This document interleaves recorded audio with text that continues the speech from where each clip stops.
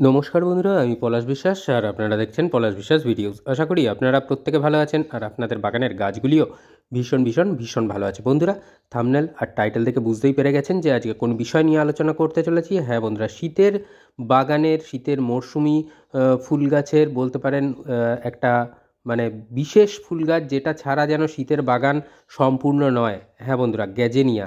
এই গ্যাজেনিয়া ফুল গাছ কিন্তু প্রচুর পরিমাণে ফুল দেয় এবং দুর্দান্ত সব রং। এটা কিন্তু মাথায় রাখতে হবে আমাদের। যারা এখনও আনেননি গ্যাজিনিয়া গাছ, তারা কিন্তু দ্রুততার সাথে বাজার থেকে কিনে আনুন, নার্সারি থেকে কিনে আনুন, দোকান থেকে কিনে আনুন, যেখানে যার সুবিধা সেখান থেকে নিয়ে আসুন এবং বাগানে প্রতিস্থাপন করে দিন। একটা দুটো করে ফুল ফোটা শুরু হচ্ছে সবে, এরপরে কিন্তু ঝাঁকে ঝাঁকে ফুল আসবে। আর আজকের খাবারটা, আজকের পরিচর্যাটা সেটাই দেখাবো, যেটাই করে আপনারা যদি এই পরিচর্যা করেন, এই গ্যাজিনিয়া গাছে কিন্তু ভরে যাবে ফুলে ফুলে। তো বন্ধুরা, কি পরিচর্যা গ্রহণ করতে হবে এবং কতটা পরিমাণে কি খাবার কতদিনের ব্যবধানে দিতে হবে, মাটি, টবের মাটিটা কেমন হতে হবে, এটা সবটাই কিন্তু আজকের থাকছে ভিডিওটিতে। আর আরেকটা যে বিষয়, এই গ্যাজিনিয়া ফুল গাছ কিন্তু শীতের পরেও ফুল দেয় এবং যদি যত্ন সহকারে রাখা যায়, তাহলে ফাঙ্গাস যদি না লেগে যায়, তাহলে কিন্তু এই গ্যাজিনিয়া গাছ পরের বছরও আপনার বাগানকে ফুল দেবে। তো সঠিকভাবে রাখতে হবে, মানে একটু কেয়ারফুলি রাখলেই কিন্তু শীতের পরেও গাছটি থেকে যায়। তো সেই বিষয় নিয়ে পরে একদিন আলোচনা করা যাবে ভিডিওতে। তো আজকের যেটা নিয়ে বলবো বা আজকের যেটা দেখাবো, সেটা কিন্তু একদম গ্যাজিনিয়ার মাসিক খাবার বলতে পারেন। যে মাসে এই খাবারটা একবার টবের মাটিতে আপনারা দেবেন, খুব বেশি প্রয়োজন পড়ে না খাবার দেওয়ার।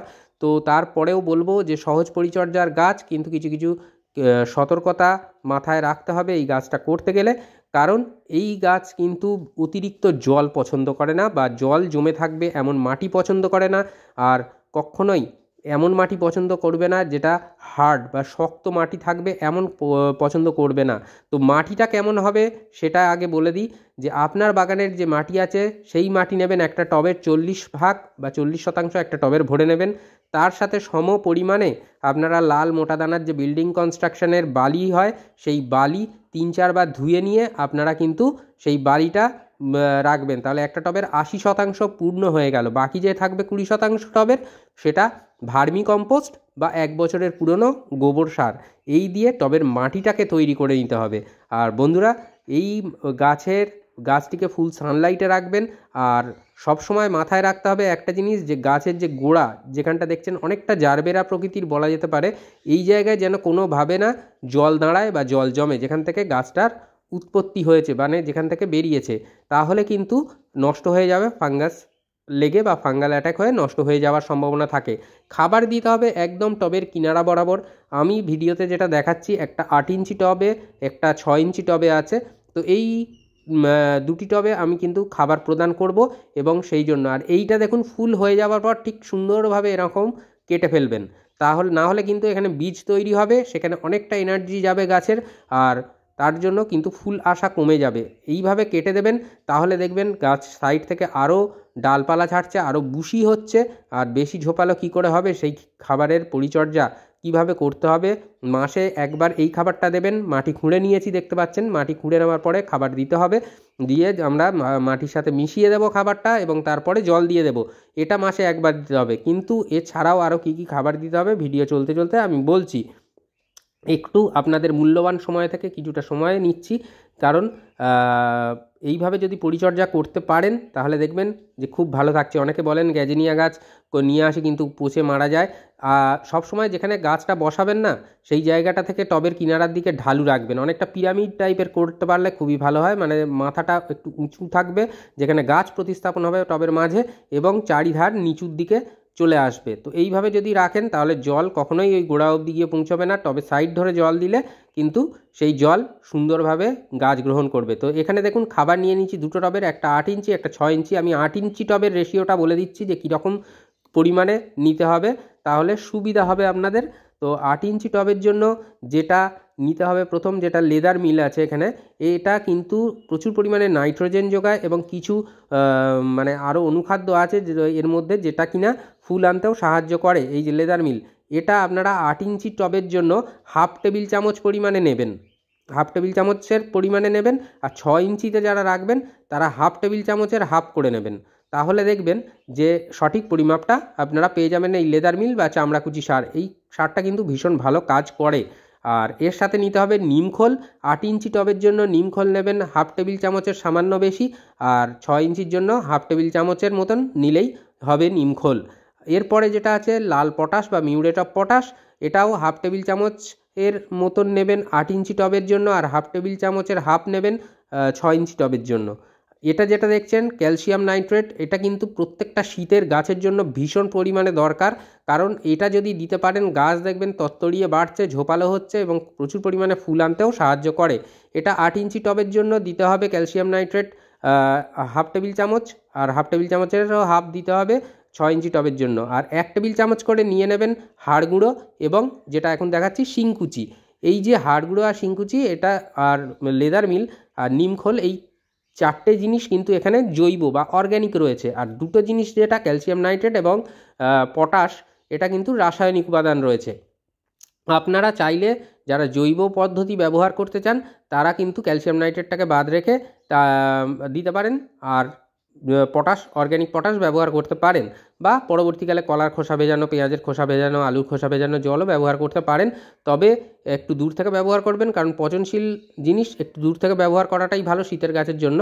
তো ভালো করে মিশিয়ে নিতে হবে খাবারটা, যাতে প্রত্যেকটা খাবার প্রত্যেকের সাথে মিশে যায়। তবে ক্যালসিয়াম নাইট্রেটের কথা যেটা বলবো, এটা কিন্তু প্রত্যেকটা গাছ শীতের গাছের জন্য ভীষণ একটা গুরুত্বপূর্ণ সার, যেটা কিনা আপনারা অনলাইনেও পেয়ে যাবেন, কিংবা আপনারা ফার্টিলাইজার শপেও আপনারা এই জিনিসটা পেয়ে যাবেন, গিয়ে ক্যালসিয়াম নাইট্রেট বলবেন পেয়ে যাবেন। তো খুব সুন্দরভাবে খাবারগুলো মিশিয়ে নিতে হবে। এই খাবারটা মাসে একবার অর্থাৎ 30 দিনের ব্যবধানেই আপনারা টবের মাটিতে প্রদান করবেন। আর দেখুন এইভাবে কিনারা ধরে প্রদান করে মাটির সাথে কিন্তু মিশিয়ে দিতে হবে খাবারটা, তারপরে আমরা জল দিয়ে দেবো। তো এটা গেল টবের মাটিতে খাবার দেওয়ার ব্যবস্থাপনা। আর তার আগে একটা কথা বলে দিই ছোট্ট করে, যে যারা আমার চ্যানেলের নতুন ভিউয়ার্স তাদের কাছে অনুরোধ করবো চ্যানেলটা সাবস্ক্রাইব করার জন্য, আর পাশে থাকা বেল আইকনটা প্রেস করে অল করে রাখবেন। তাতে করে হবে কি, প্রত্যেক দিন সন্ধ্যে 6টায় আমি যখন আমার চ্যানেলে এই বাগান সংক্রান্ত ভিডিও দেব, তার নোটিফিকেশান আপনার মোবাইলে অথবা কম্পিউটার স্ক্রিনে পৌঁছে যাবে। তো যেটা বলছিলাম যে টবের মাটিতে তো খাবার দেওয়া কমপ্লিট হলো। তো এরপরে যেটা করতে হবে, এই টবের মাটিতে খাবার দেওয়ার ঠিক 4 দিন থেকে 5 দিন পরে আমরা কিন্তু সপ্তাহে একবার করে সরিষার খোল পচা ভেজানোর জল, যেটা কিন্তু আমরা সাধারণ জলের সাথে মিশিয়ে দেব। অর্থাৎ 1 কাপ যদি সরিষার খোল পচা জল নিই, তার সাথে আরও 2 কাপ সাধারণ জল নিয়ে ভালো করে মিশিয়ে আমরা কিন্তু এই টবের কিনারা ধরে দিয়ে দেব। আর একটা জিনিস মাথায় রাখতে হবে, অনেক সময় দেখবেন যে জল দিতে দিতে মাটি অনেকটা লেভেল হয়ে যাচ্ছে, মানে লেভেল হয়ে যাচ্ছে বলতে যেটা বোঝাতে চাইছি, গাছের যে গোড়া সেখান থেকে যে টবের কিনারা সেটা লেভেল হয়ে যাচ্ছে, তখন আবার একটু খুঁচিয়ে নিয়ে টবের গাছের গোড়ার দিকটা উঁচু করে দেবেন, টবের কিনারার দিকটা একটু খালা করে রাখবেন, সেইখানেই জলটা দেবেন। তাহলে দেখবেন যে এই গাছ কখনোই নষ্ট হবে না, কোনো দিন নষ্ট হবে না। এই গাছে একটা সমস্যা হয়, তো ওটা 6 ইঞ্চি টবে ভরলাম, খাবারটা দিলাম, এটা 8 ইঞ্চি টবে দিয়ে দেবো। তো এই গাছে একটা সমস্যা দেখা যায়, সেটা হচ্ছে মিলিবাগের আক্রমণ হয় গ্যাজিনিয়া গাছে। তো আমি বলবো নিম অয়েল সপ্তাহে একবার করে যখন সব গাছে স্প্রে করছেন, এই গাছেতেও স্প্রে করবেন। যে পোকা নেই বলে নিম অয়েল দিচ্ছি না এমনটা করবেন না, বা 10 দিনের ব্যবধানে যে কীটনাশক আমি বলে দিই সব গাছে প্রয়োগ করতে, সেই সময় কিন্তু এই গাছেতেও দিয়ে দেবেন। তাহলে দেখবেন যে কোনো ধরনের পোকামাকড়ের আক্রমণ কিন্তু আপনার গ্যাজিনিয়া গাছে হচ্ছে না। গ্যাজিনিয়া আমার তো ভীষণই ফেভারিট। তো কমেন্টে বলতে পারেন যে কাদের কাদের আরও এই গাছটা প্রিয় গাছ শীতের। আমার শীতের মরশুমের কিন্তু এই গাছ ভীষণ প্রিয়। আর এই গাছ কিন্তু রেখে দেওয়া যায়, আমি যেটা প্রথমে বলছিলাম যে এই গাছ কিন্তু রেখে দেওয়া যায় বর্ষাকাল অবধি। তো আমি রেখে দিতে পেরেছি 2বার। তো তারপরেও যেটা হয়েছে যে বর্ষাকালের শেষের দিকে এই গাছটার সমস্যা হয়ে গেছে। বর্ষাকালের জলটাকে খাওয়ানো যাবে না এই গাছকে, যাদের শেড আছে তারা রাখতে পারবেন অনায়াসেই, আমি বলছি। কারণ আমার যেহেতু শেড নেই, খোলা আকাশের নিচে আমার গাছ থাকে, তো সেই জন্য বর্ষাকালটা গেলেও তারপরে কিন্তু নষ্ট হয়ে গেছিলো, যেটা কিন্তু ভীষণ আক্ষেপ, মানে খারাপ লেগেছিল আমার, যে সারা বর্ষাটা বেঁচে গেল আর অথচ ঠিক মানে বর্ষা চলে যাওয়ার মুখে কিন্তু গাছটা নষ্ট হয়ে গিয়েছিল। কিন্তু আমার যে বন্ধুবান্ধব যারা আছে, যারা বাগান করে, তারা কিন্তু সুন্দরভাবে রেখে দিয়েছে আমি যেভাবে টিপস দিয়েছিলাম সেইভাবে। আর এই গাছে ফাঙ্গিসাইড ব্যবহার করতে হবে, স্প্রে করবেন আপনারা 20 দিনের ব্যবধানে। এখন প্রয়োজন নেই খুব একটা, কিন্তু শীতের শেষের দিকে গেলে তখন কিন্তু প্রয়োজন পড়বে। এখন মাসে একবার বা 20 দিনের ব্যবধানে একবার একটা ফাঙ্গিসাইড স্প্রে করে দিতে পারেন পাতায়।